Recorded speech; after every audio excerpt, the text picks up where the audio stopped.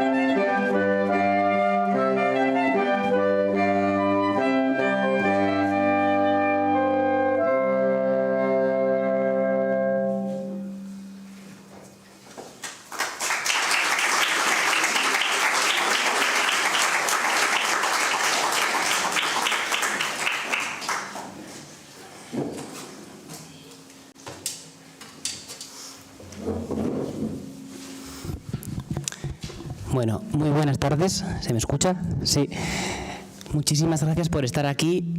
Somos el cuarteto Quarist y, bueno, esta actividad pues tiene algo de especial, ya que no es ni concierto ni conferencia, es un poco una mezcla de ambas.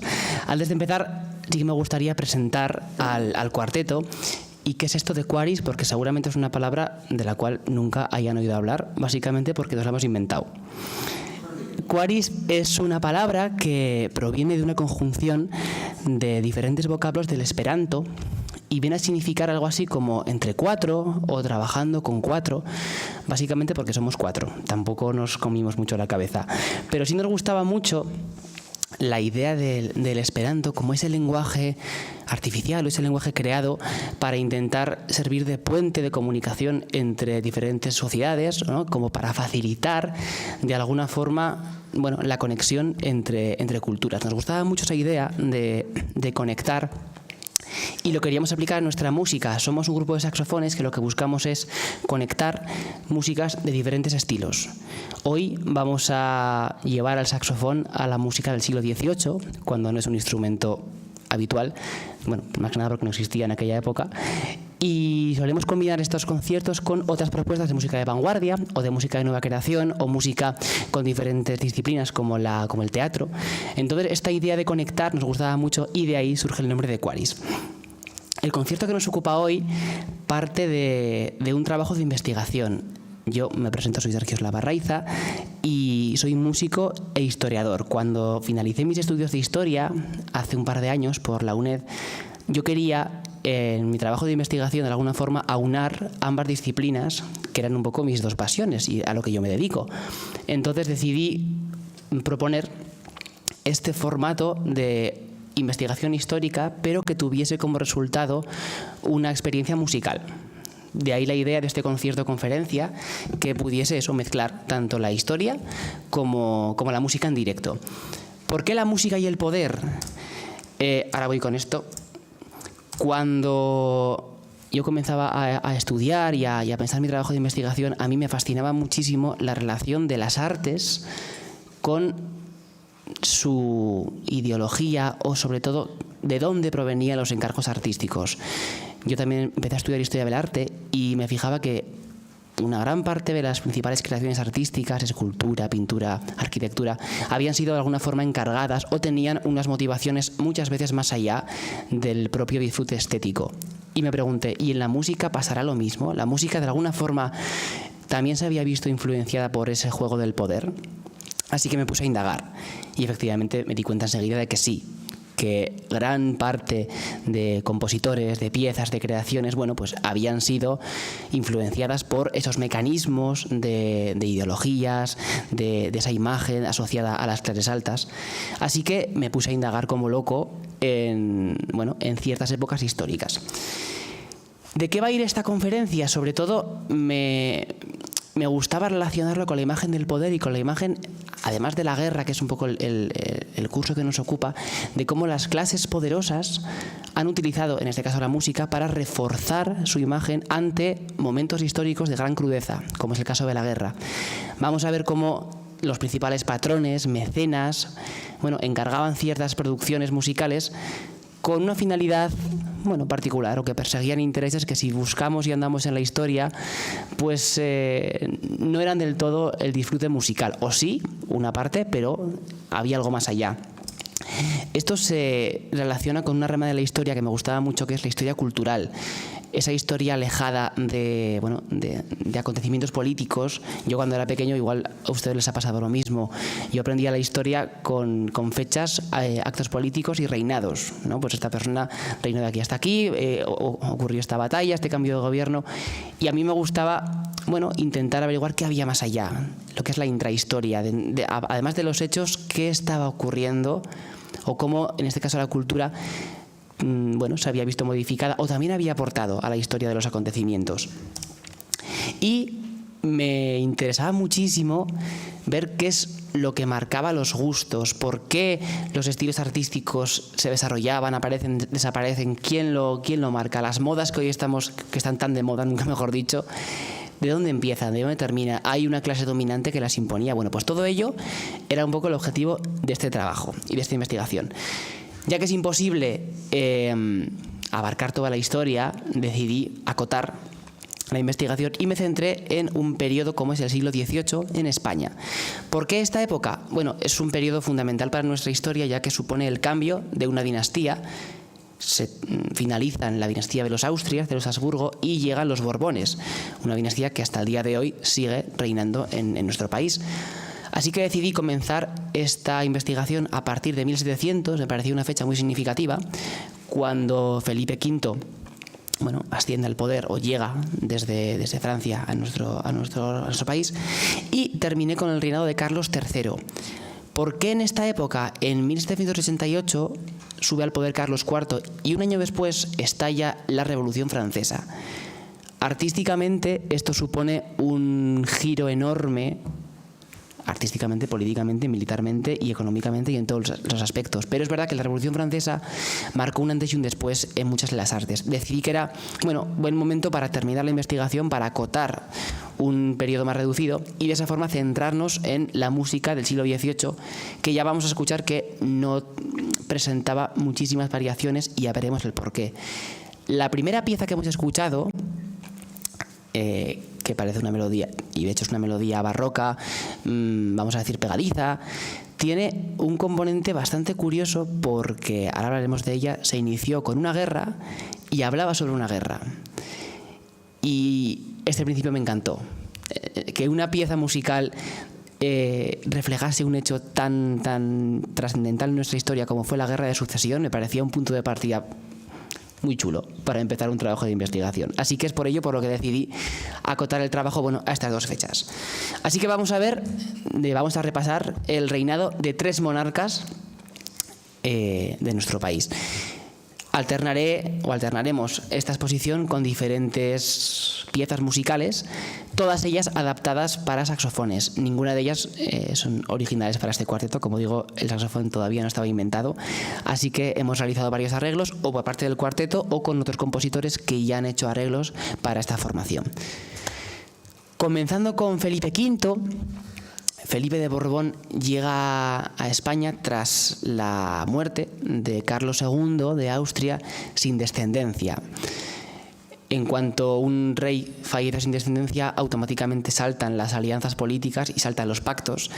Y ya previamente a su fallecimiento, Carlos II se aquejaba de una enfermedad y ya enseguida se empezaban a gestar las alianzas. El Imperio Austrohúngaro, el reino de Luis XIV, los propios territorios españoles, Castilla, Aragón, ya estaban haciendo sus pactos para ver quién sucedía al monarca fallecido. Cuando Carlos II fallece, el último pacto oficial dice que será Felipe d'Anjou, Felipe de Borbón, quien va a ascender o quien va a ocupar el trono español. Algunos estaban de acuerdo, otros no estaban de acuerdo. ¿Qué ocurrió a nivel musical? Así. En España, la máxima autoridad de la música, de la producción musical, era el maestro de capilla. La Capilla Real española, situada en Madrid, era el centro de la producción musical, era quien marcaba no solo la música religiosa, sino también la música profana, la música operística y la música de zarzuela, que era lo que más se llevaba en aquella época. El maestro de capilla, Sebastián Durón, que es el compositor del cual hemos interpretado la primera pieza, era un hombre muy inteligente y se dio cuenta de que su puesto en aquel lugar iba a depender del favor real y del favor del nuevo rey. Y era también muy inteligente y él sabía que iba a haber una guerra. Él sabía que no se iban a quedar las cosas tan tranquilas y que la sucesión no iba a ser pacífica. En 1700, él aventuró esta guerra creando una ópera llamada La Guerra de los Gigantes. Hemos interpretado un fragmento de esta ópera. Es la única ópera que él compuso, una ópera con argumento mítico y alegórico, y trata de 4 personajes que las investigaciones señalan que representan a los principales contendientes de la que será la futura Guerra de Sucesión española. Felipe d'Anjou, su esposa María Luisa de Saboya, Luis XIV y el otro candidato a la corona, que era el archiduque Carlos. Todavía la guerra no había estallado, la guerra física, la guerra que todos conocemos. Sin embargo, este compositor ya nos muestra una ópera y casualmente en esta guerra de gigantes, los malvados gigantes, que se cree que son una alegoría del archiduque Carlos, son derrotados por los valientes héroes que representan a la monarquía francesa. Esta ópera, este compositor se la presenta al nuevo rey cuando llega a Madrid. En principio es una ópera inocente, es un argumento alegórico, mitológico, que nada tiene que ver con la guerra, pero lo que los investigadores más recientes de la historiografía defienden es que era una forma de ganarse el favor real. Antes de que la guerra estallase, el maestro de capilla se posicionó a favor de Francia. Y de esa forma mantuvo su puesto, y cuando llegó Felipe d'Anjou al trono, esta persona siguió siendo maestro de capilla durante muchísimos años y siguió controlando la producción musical real. es un ejemplo de cómo una ópera, en este caso sus motivaciones, pues quizás fueron más allá de la parte musical. Voy a repetir mucho el quizás, porque muchas veces son todo suposiciones, no hay un documento claro. De hecho, no conservamos mucho de esta ópera más que las partituras, no conservamos muy poco de libreto. Tenemos muy pocos textos de lo que fue la producción, pero sí que se cree que de alguna forma tuvo que ver con esa intención. La guerra comienza, esta guerra de gigantes que dura de 1700 a 1714, y tenemos dos bandos. Por un lado tenemos a Felipe d'Anjou, Felipe de Borbón, que se asienta en Madrid y rápidamente. Yo siempre digo que la guerra no solo se gana con espadas, sino también, en este caso, con las letras y con el arte. Enseguida, vino a asentar en España que llegaba una nueva corte y que llegaba una nueva ideología. Contrató una compañía francesa llamada Les Truffaldins, que hicieron una gran labor artística representando tanto zarzuelas propias del país como obras de la ópera italiana, obras de producciones francesas o adaptaciones españolas a la manera de Francia. Era un gesto sutil de decir, seguimos haciendo música española, seguimos haciendo música tradicional, pero con una compañía francesa. La esposa de Felipe V, María Luisa de Saboya, era una gran aficionada a la música y fue la principal persona que, de alguna forma patrocinó este mecenazgo artístico que traía artistas de Francia. Por otro lado, el rival de Felipe V, el archiduque Carlos, se corona a sí mismo Carlos III y asienta su corte en Barcelona.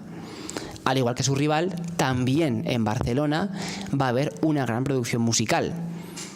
De alguna forma, el candidato a la monarquía quería demostrar que él de facto iba a ser un nuevo rey.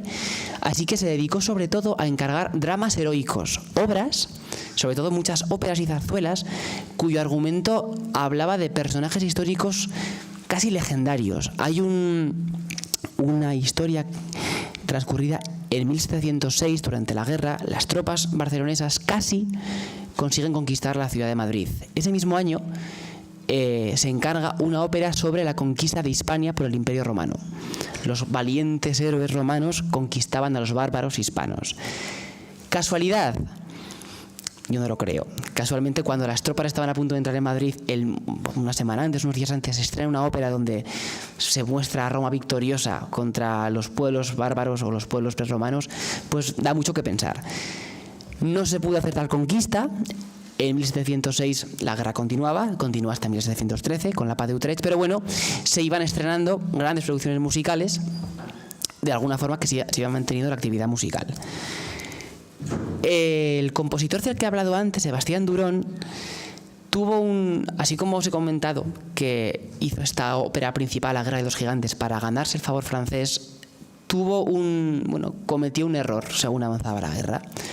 ¿Qué ocurría? La guerra seguía y Francia, en este caso, el candidato francés, necesitaba dinero, necesitaba de alguna forma recursos económicos. Había que recortar sueldos en alguna parte. ¿De dónde se podría recortar? De la producción artística. ¿Qué hizo el Felipe V? Recortó parte de los sueldos de la Capilla Real.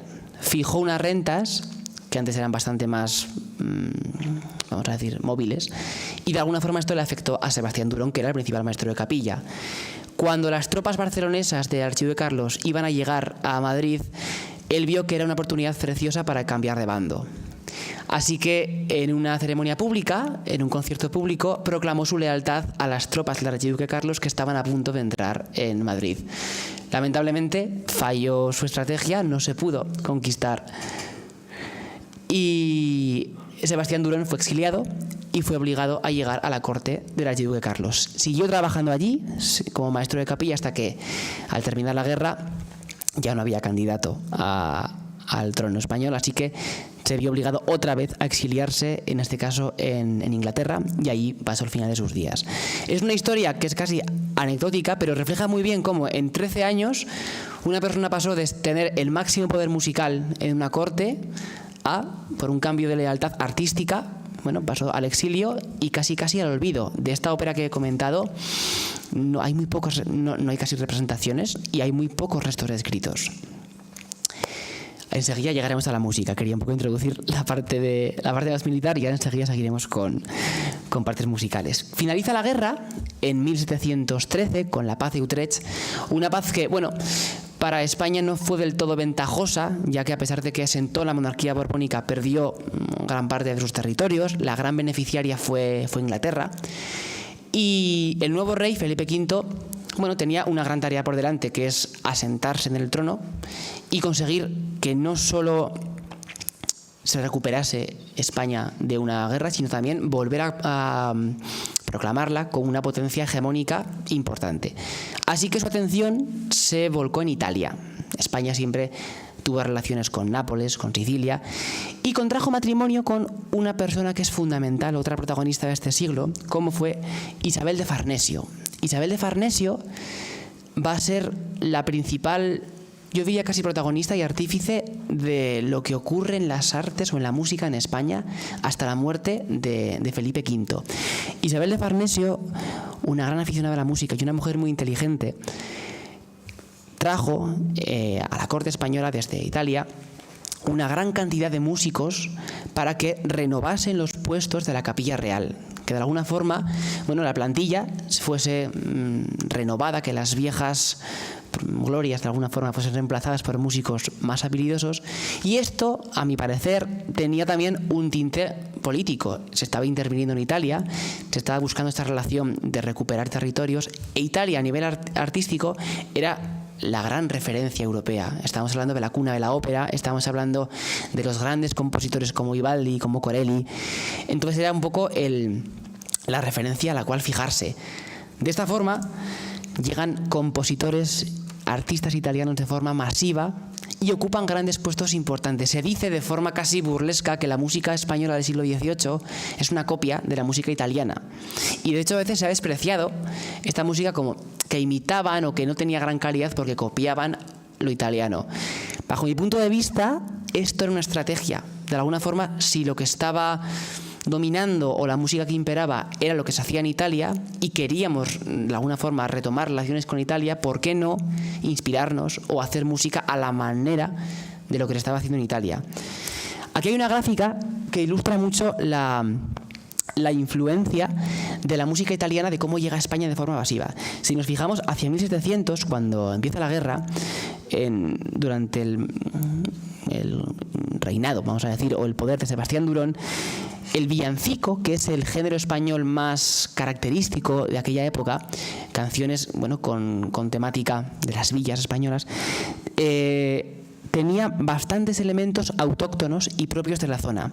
Según va avanzando la época, cuando ya Sebastián Durón es reemplazado por José de Torres y avanza hasta el matrimonio de Felipe V, poco a poco van aumentando las secciones italianizantes del villancico, secciones que emulaban armonías italianas o giros melódicos italianos. Poco a poco van aumentando esos villancicos que ya no se hacen a la forma española, sino que van imitando lo que se hace en Italia. Hasta que ya prácticamente en 1725 todas las composiciones españolas eran una imitación de la música italiana.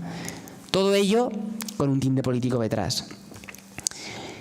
Otro hecho que es verdad que aporta indicios de que ese trasvase de música era importante es la cantidad de partituras que se encontraron del compositor italiano Arcangelo Corelli. Corelli era un grandísimo compositor de concertos que no pisó España en su vida, pero se han encontrado en numerosos monasterios, abadías, bibliotecas privadas, obras, fragmentos, manuscritos que él mismo iba enviando a la nobleza y a la burguesía, que los pedían, los encargaban desde España. Normalmente, cuando el gusto se inicia desde la monarquía, y cuando la moda se inicia desde la realeza enseguida, la corte comienza a imitar. La nobleza empezó a coleccionar piezas de música italiana. Vamos a interpretar a continuación una giga, una danza perteneciente a una sonata de Corelli. Muy breve, muy enérgica, y es una forma de demostrar cómo la música italiana, de golpe y borrazo, llega a España y marca un nuevo estilo.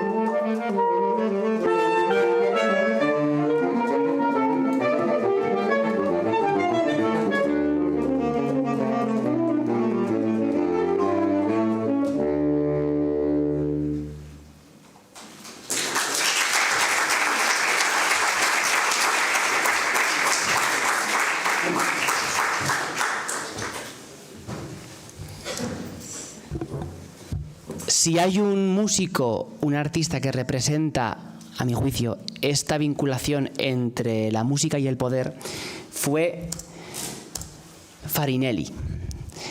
Carlo Boschi, Farinelli, fue una de las personas o uno de los artistas que más fama alcanzó durante el barroco europeo.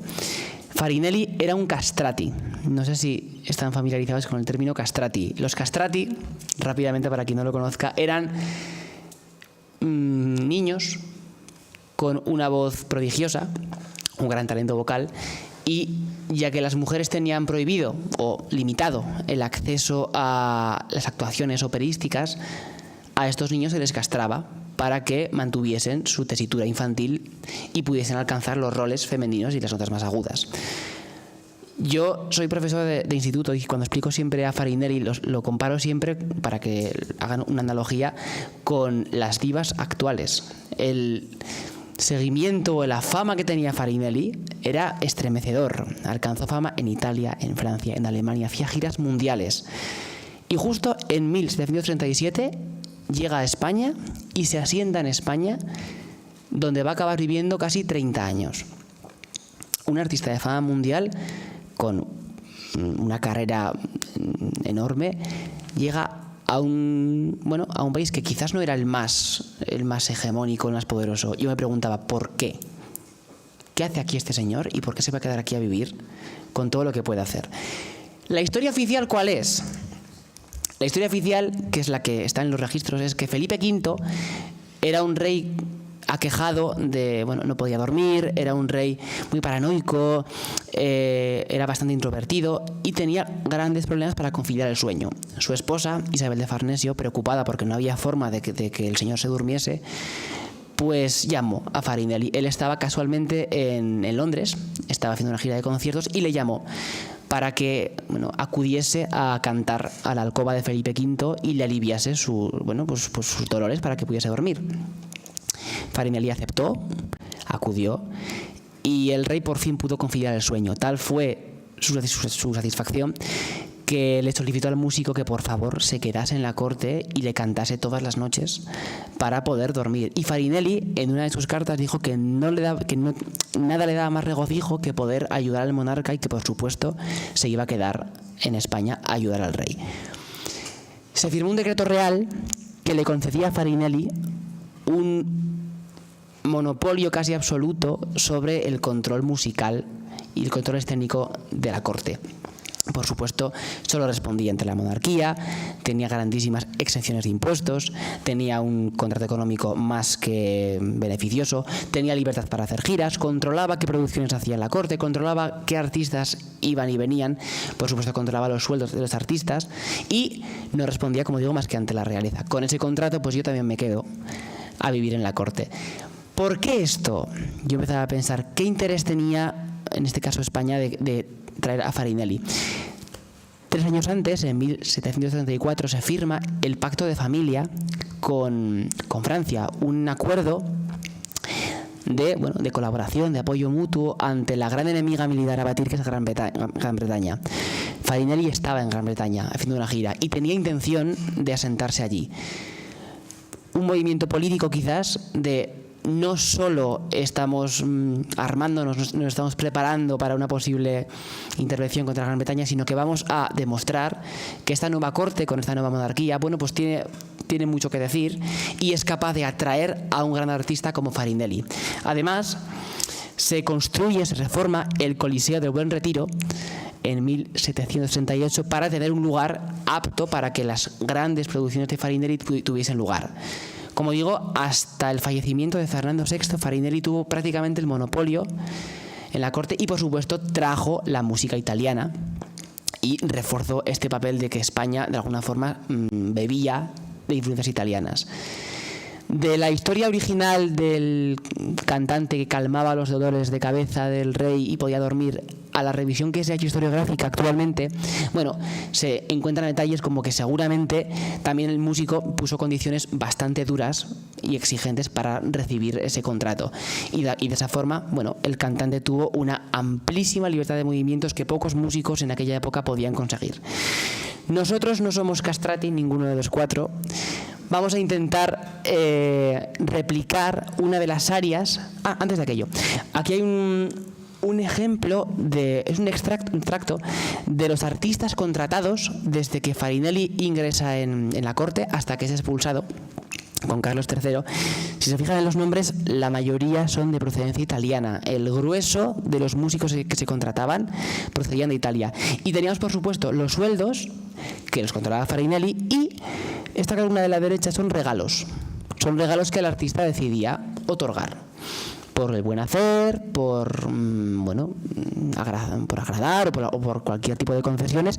Y aquí solo se cuentan los regalos en bellones. Los regalos en especie, de alguna forma, o regalos físicos, no se cuentan en este documento. De esa forma se ve cómo este artista sí que tenía el control de dónde iba a parar las inversiones económicas en arte. Como decía, no somos ninguno castrati. Vamos a intentar imitar con el saxofón una de las arias más célebres de la historia de la ópera. Hay una película dedicada a Farinelli en la cual canta esta misma aria, que, como digo, es una de las más hermosas que se han escrito, a mi juicio, en la historia de la ópera, que es el aria Lascia ch'io pianga de la ópera Rinaldo del compositor Georg Friedrich Händel. En este caso, nuestra compañera Leire, al soprano, va a imitar lo que hubiera sido la voz de Farinelli, mientras el resto hacemos esa armonía tan típica del barroco.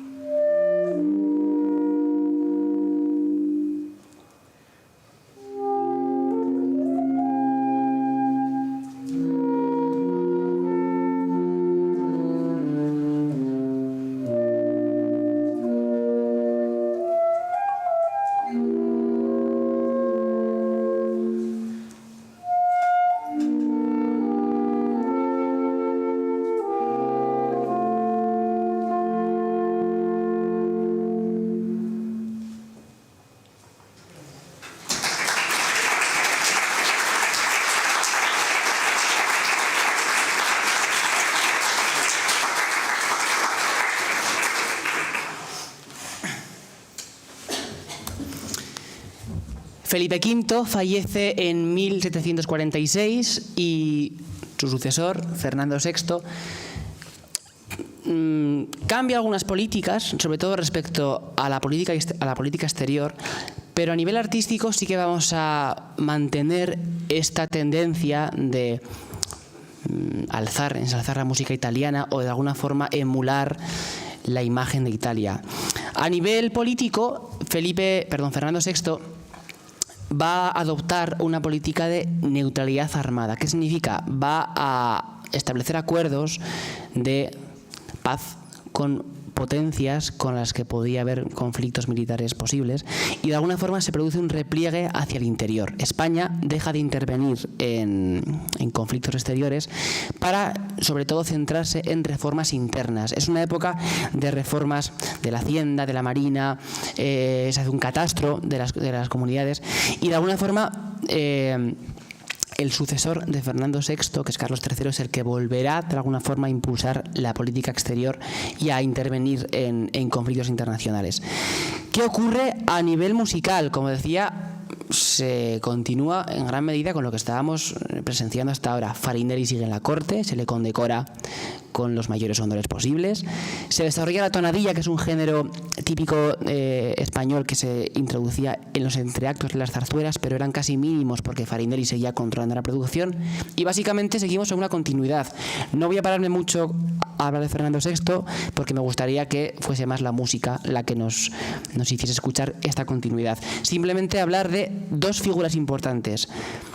La primera de ellas es una mujer, y aquí sí que me di cuenta que llevaba en la investigación viendo que las mujeres estaban adquiriendo bastante protagonismo en el devenir de las artes. Ya hemos hablado de la primera esposa de Fernando VI, que trajo la influencia francesa. Isabel de Farnesio también fue el artífice, ¿no?, de estas alianzas políticas. Y de alguna forma la siguiente reina también tuvo mucho que ver con el devenir artístico y musical. Bárbara de Braganza, esposa de Fernando VI, era intérprete, compositora, era una gran clavecinista y fue la principal impulsora de esta política cultural y artística. Se dice que el rey, que Fernando VI, no se interesaba mucho por las artes, no acudía a los espectáculos de ópera ni de zarzuela ni tampoco a las obras religiosas.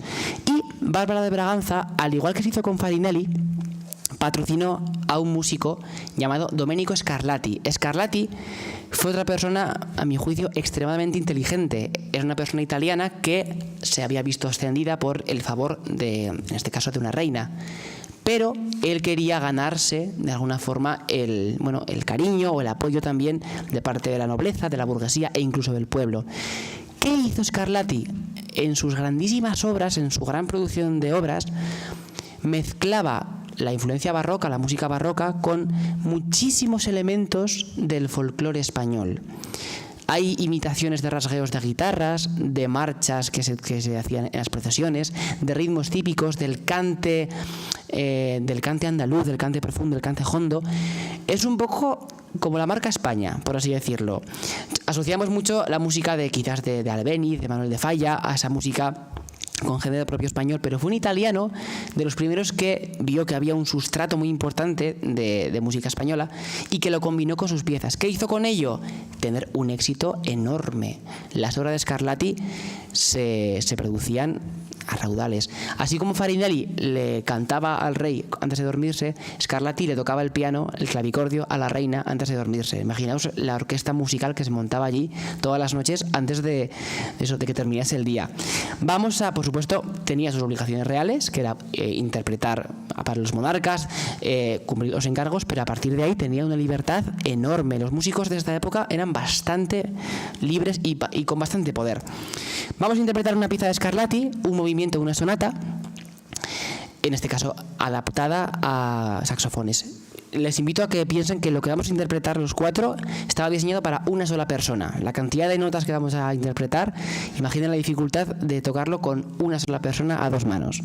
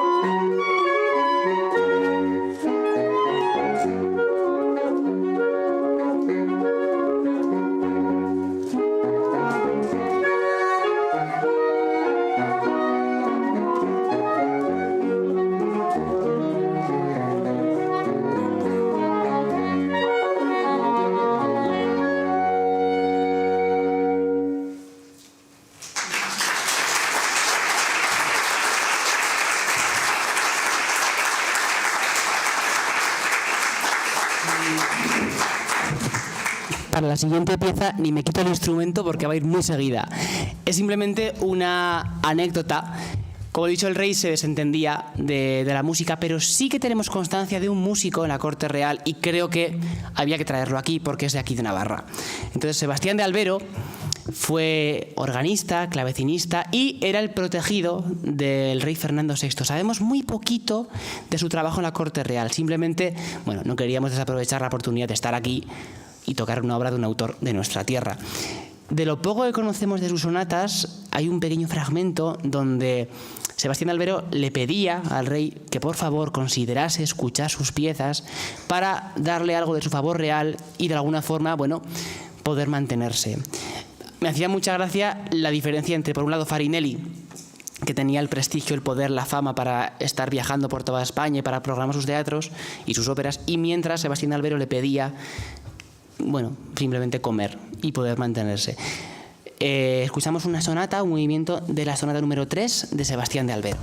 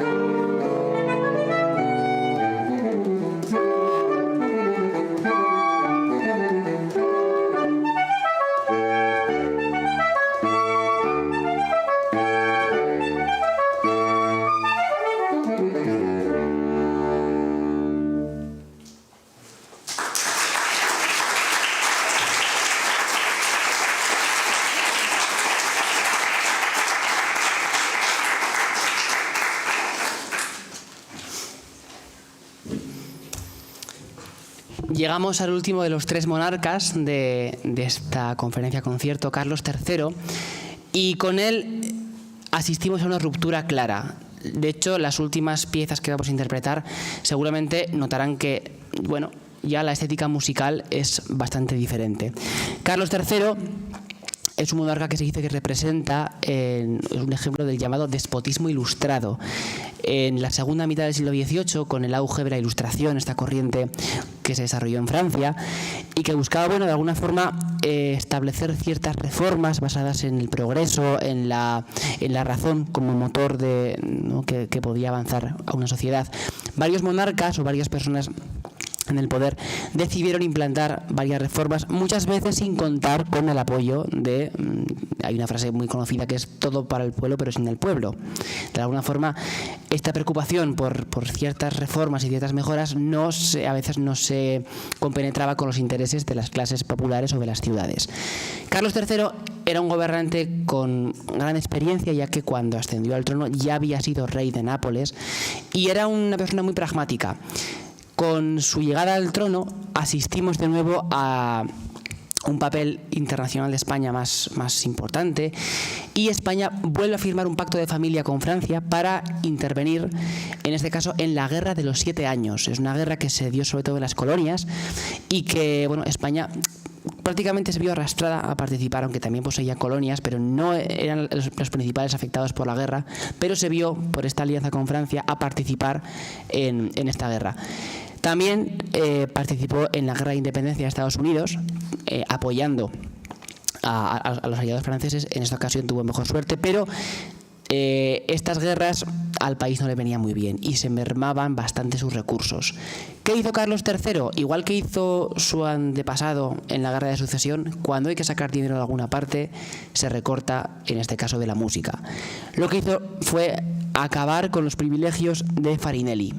Farinelli abandona la corte a los meses. En cuanto llega Carlos III, la gran estrella que había dominado España, se retira, no tiene ya los privilegios. Además, se cortan bastantes intervenciones bastantes producciones operísticas, y el conde de Aranda, que es uno de los principales ministros de Carlos III, va a hacer varias reformas que de alguna forma lo que buscan es acercar la música al pueblo llano, que la corte no sea la única responsable de la producción artística. No hay dinero, el dinero tiene que invertirse en este caso en otros asuntos más acuciantes, como sea la guerra o sea las reformas económicas.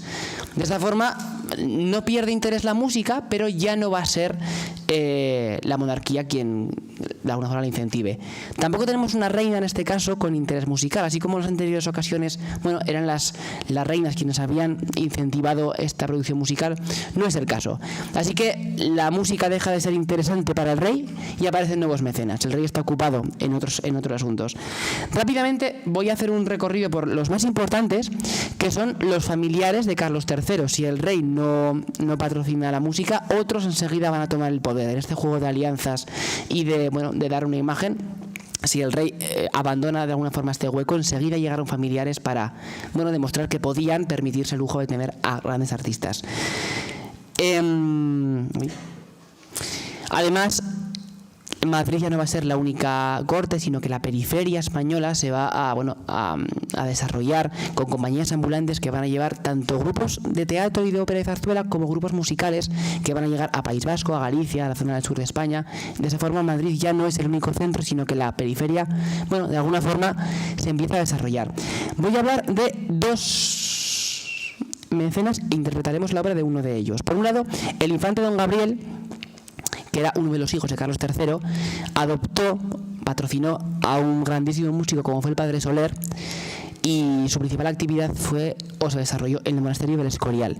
Pero sobre todo quería hablar de un músico que quizás es el arquetipo de la música de esta época, como fue Luigi Boccherini. Boccherini fue un gran músico italiano, como casi todos los que hemos escuchado, y estuvo al servicio ya no del rey, porque el rey no estaba interesado en la música, sino del infante Luis Antonio de Borbón, otro de los familiares del monarca que de alguna forma adoptó a este músico.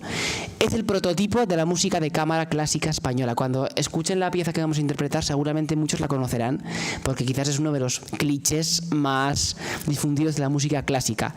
Sí que quería que nos fijásemos en un texto de Boccherini que demuestra el cambio de rol del músico, ya que Boccherini decía, y leo textualmente, que le escribía a su mecenas: excelentísimo señor don Luis Boccherini, violón y compositor de música del señor infante don Luis desde el año de 1770, con el sueldo de 18.000 reales anuales, viene en la lista de criados nombrados por su Alteza, suplica por espacio de 15 años, y a que quedará en la calle con 6 hijos huérfanos de madre, sujetos a los trabajos consiguientes a la indigencia, se digne continuarle su salario, su sueldo, y darle el destino que fuere de real agrado. Básicamente le está pidiendo que no le deje de pagar el dinero porque se queda sin comer. Que un músico, venimos de Farinelli, venimos de Scarlatti, de grandes músicos que prácticamente dominaban la corte, en 2-3 años solicite que por favor, que se queda en la calle, que se queda con 6 hijos huérfanos. Era un giro bastante importante y dramático, y ya se veía muy bien la inversión real hacia dónde iba. Vamos a interpretar, no obstante, una de sus piezas más conocidas, como es su cuarteto Opus 11, número 5.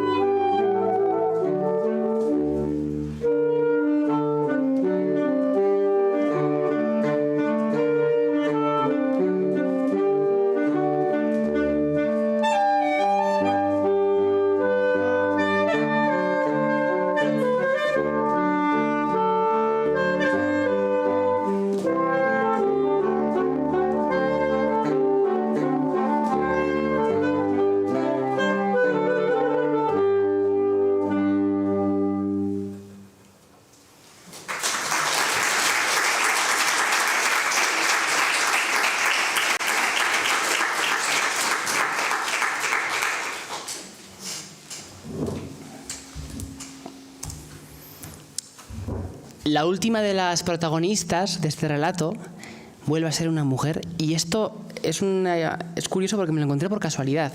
Cuando yo empecé a investigar sobre el patrocinio de las artes, vi que claramente la monarquía no quería impulsar la música en esta época. Sin embargo, me encontré con la condesa duquesa de Benavente, una grandísima mecenas de esta segunda mitad de siglo, que, entre otros, contrató a Boccherini, de quien acabamos de escuchar su música, para que fuera su músico particular. Y sobre todo, además de Boccherini, su mayor hazaña fue el caso con Joseph Haydn. Joseph Haydn es uno de los grandísimos músicos, se dice que junto con Mozart y con Beethoven forman lo que es la escuela de Viena, de los grandes maestros de la música clásica. Y Haydn compositor austríaco, tenía un contrato de exclusividad. Él trabajaba para el príncipe de Esterházy, para su mecenas, y no podía trabajar para otra persona, salvo para esta señora. Cuando no se sabe muy bien por qué, se cree que efectivamente se supone que la suma de dinero sería considerable, pero durante una temporada Haydn solo escribía obras para su príncipe, se estrenaban y cuando se habían estrenado se enviaba una copia a los archivos o los fondos de la condesa duquesa para que lo pudiese luego estrenar con su orquesta de cámara. Haydn jamás pisó España, nunca, pero nos hemos encontrado restos de sus piezas manuscritas firmadas con su puño y letra que las había patrocinado esta mujer. Claro, traer la música de uno de los principales genios de la música clásica a una finca privada porque esta mujer hacía muchísimas tertulias, muchísimos cafés con amigos, y se tocaba la música de Haydn en exclusiva. Igual un mes antes había tocado en el palacio del príncipe de Esterházy y luego llegaba aquí. Entonces es muy curioso cómo una mecenas consiguió que un artista de la talla de Joseph Haydn, pues nos trajese su música a España mucho antes de que luego llegase de forma más oficial. Hay una historia con respecto a este autor, y es que Haydn, cuando estalla la Revolución Francesa, en los siguientes años posteriores a la Revolución, cuando la guerra europea era inminente, y otra historia de cómo la música va de la mano del poder, a Haydn se le encarga que componga un himno en palabras del emperador austrohúngaro que ensalce los corazones de los que van a ir a luchar en la futura guerra. Francia estaba ya creando la Marsellesa, Inglaterra tenía el famoso God Save the Queen, los famosos himnos ya estaban creados, y el emperador alemán le pide a Haydn que cree un himno que sea el himno del pueblo. El pueblo no quería ni pidió un himno jamás, pero como había que llevar la guerra y había que de alguna forma entonar una melodía que fuese moralizante, pues se creó un himno. Hoy en día ese himno con modificaciones es el himno de Alemania. Y fue un encargo. No fue un espíritu nacionalista, fue un encargo privado que buscaba de alguna forma ensalzar el valor de las personas que en un futuro iban a combatir. Me pareció muy curioso para cerrar este círculo de cómo la música y el poder han estado ligadas. Antes de interpretar una pequeña pieza de Haydn y cerrar el concierto con música, 3 conclusiones básicas que me encontré en esta investigación. Lo primero es que los beneficios iban por ambas partes. Obviamente las clases poderosas se beneficiaban de estos encargos o buscaban la temática propicia. Ya hemos visto cómo había óperas enfocadas a ciertos temas para ensalzar una imagen, pero también los músicos, si jugaban bien sus cartas, pues sabían beneficiarse. El caso Farinelli, que le salió muy bien, el fallido caso de Sebastián Durón, que el pobre se tuvo que exiliar. De alguna forma era un juego, un mecanismo que podía permitir o el ascenso o el descenso. Es muy importante la figura clave de las reinas y de las mujeres de la nobleza. Ya hemos visto que no diré todas, pero las grandes protagonistas de estos encargos y de estos movimientos eran mujeres, eran las reinas. Son figuras que quizás no son tan estudiadas, pero que realmente ejercieron un papel muy importante, no solo en la producción artística, sino cultural y política, porque arte y política van de la mano. Y por último, esta fama de que España en esta época se parecía a Italia y que copió, porque quizás no había calidad suficiente, pues quizás hay que revisarla y quizás había un interés más allá. No se copió porque no había nada más que hacer, sino porque de alguna forma sí que era una nueva monarquía, eran unos nuevos reyes, se querían de alguna forma sentarse y el modelo a seguir era Italia. Entonces quizás fue una estrategia bastante más inteligente de lo que pensamos. Antes de terminar, con una pequeña fuga de Haydn, agradecer al Museo de Navarra por invitarnos a estas charlas, a ustedes por estar aquí, y esperemos que hayan disfrutado. Y terminamos con una breve fuga del cuarteto Opus 20 número 5 de Joseph Haydn. Muchísimas gracias.